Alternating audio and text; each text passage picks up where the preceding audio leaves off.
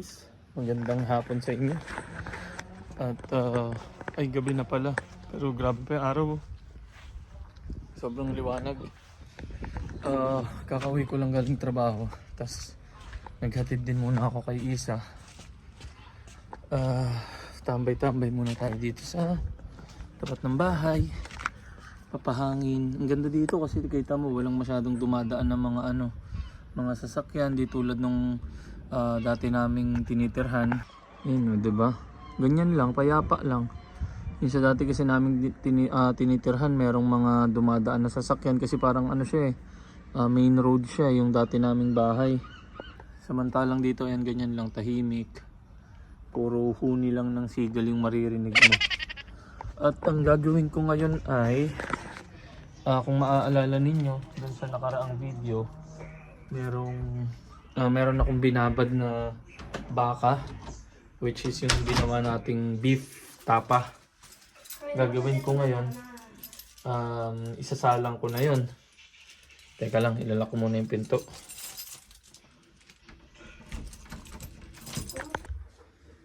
So ayan, nailak ko na yung pinto. Nandito na ako sa kusina. Bali, ito yung binabanggit ko. Ayan o, baka. Kumapit na yung kumapit na yung marinate. Ayan o. Sana masarap to. Pinanood ko lang to kay sino nga yun? Chef RV. Kung nanonood kayo nun, mga luto niya parang masasarap din yung mga luto niya. Yung kalbo na kuwela na chef. Nakakatawa manood nun kasi alam mo yun, parang tipong nagluluto ka na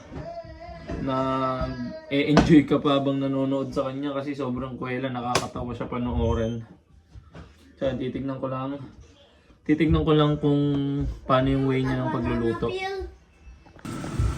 Ayun na guys, makapagsalang na ako at ganun lang pala ginawa, nakaprito lang.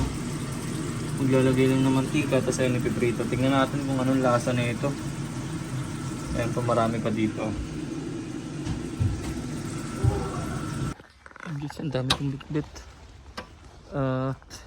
Itong mga gamit na to, hindi naman to masyadong ginagamit.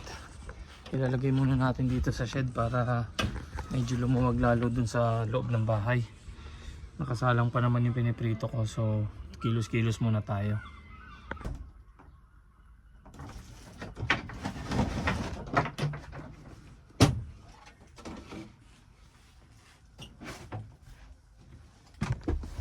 Ang problema. Yes?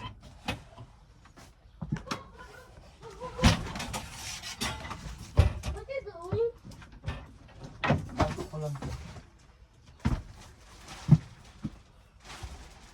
Bakit dito yung barn ko? Bakit dito yung barn ko, Papa? Tignan natin kasi hindi pa naman ginagamit na. Pero parang gusto ko magamit or hindi? Hello! May surfboard baby pang summer. So ayan, ang dami namin gamit dito, no.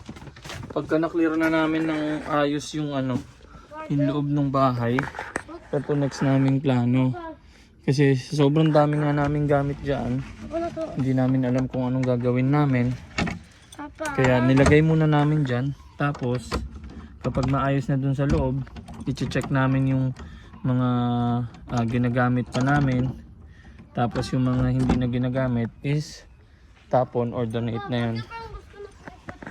O sige na, mag-play ka dyan. Doon ako sa window. Kunin mo yung ball mo. Magpiprito ako. Nagkukook ako ng food para kay mama tomorrow. Para hindi na mag-cook si mama. Sige na. Mag-play ka dyan. Close mo yan do.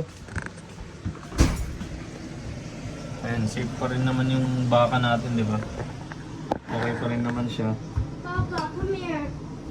What is that bug? Bag ko yun, kuya. Nabasa ng ko. Yung water ko sa work. Natapon dyan. Kaya nabasa yung upuan mo sa sa car. Nabasa dyan kaya binapatayo ko. Someone a bug? Yes. Moving back. Pinagsama-sama ko na yung niluluto ko. Ang tagal nang nakasalang nito eh. Tinatamad na ako at magbabacuum pa ako ng kwarto. Yan, ang ginawa ko kasi doon sa YouTube, ang ginawa ng chef, prito niya lang diretso. Ito, parang tinikman ko, medyo siya. Medyo hindi ko trip yung lasa. Kaya ang tinlay ko, ginawa ko, dinagdagan ko ng konting timpla, tapos pinakuluan ko muna sa tubig para lumambot siya ng maayos. Kasi lalagyan lang natin ng konting mantika. Ito din yung mantika na ginamit ko kanina sa pagprito.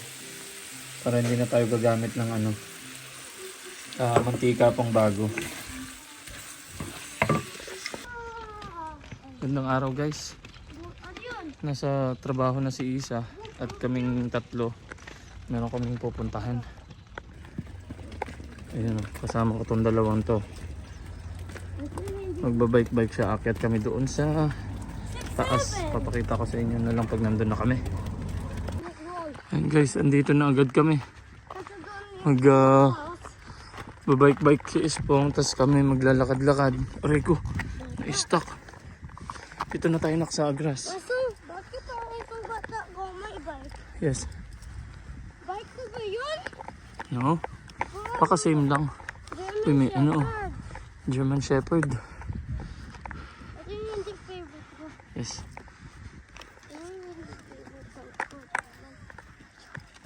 Ayan, laki ng bike ni Pongpong, laki ng gulong. Ayan, dito na kami. So itong lugar pala na to, open lang to sa public. Ayan. Madalas merong mga nagbabike-bike dito or nag-jogging. Tapos itong open field na to. Yes. Dito nagfo-football sila Ispong, yung mga match-match pagka weekend. Ayan. Hingal ako. Naglalakad-lakad lang kami.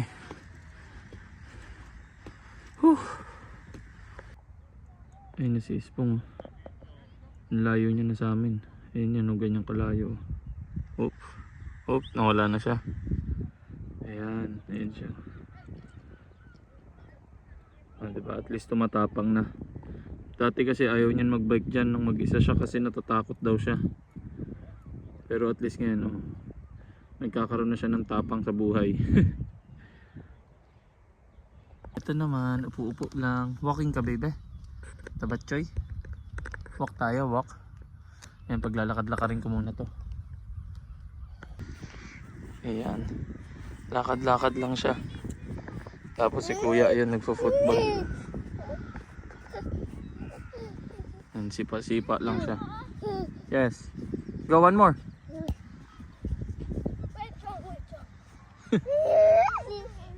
Ito, sayo. Super happy siya.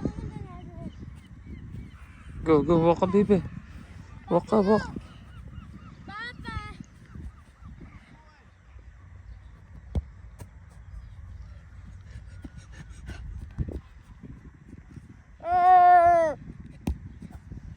Go, bully mo.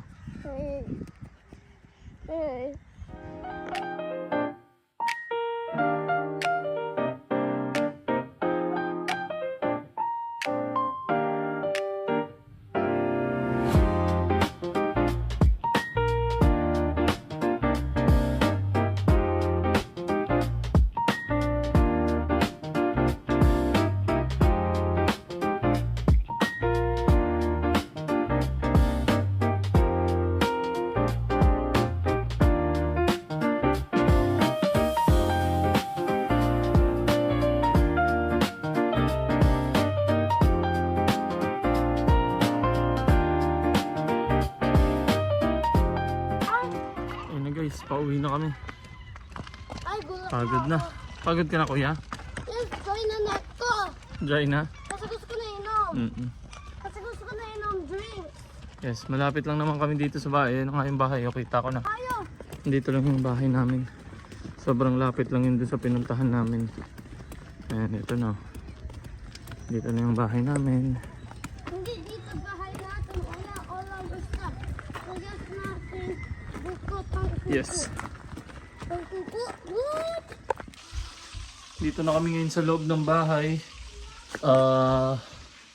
Yan yung oras. 9:44 na ng gabi. Akala ko yung mga niluto ko nung Biyernes, ay nung Linggo is okay na. Sapat na for the whole week. Hindi pa pala. Kulang pa pala. Ngayon tuloy ngayon, nagpiprito pa ako ng manok. Meron pa dito. Piprito ko na muna to para bukas ready na.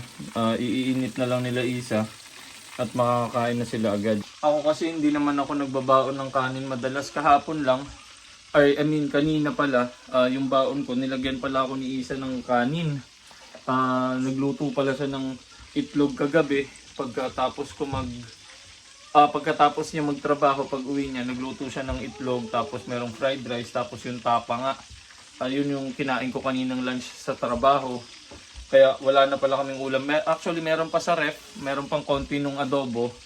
Pero sabi niya gusto niya naman daw ng ibang mapu-food trip. Kaya ayan, binabad niya kanina tong manok na to. Minarinate niya para mas pasok na pasok yung lasa. Tapos ito, piniprito ko na lang naman ngayon. Saglit na lang naman to. At pasok pa tayo bukas. Last day ng work. Pero tingin ko papasok ako ng weekend. At syempre kailangan natin ng pera. Kaya tatapusin ko na muna to. At dito ko na rin muna tatapusin tong video. Maraming salamat sa panonood. Hanggang sa muli. Salamat!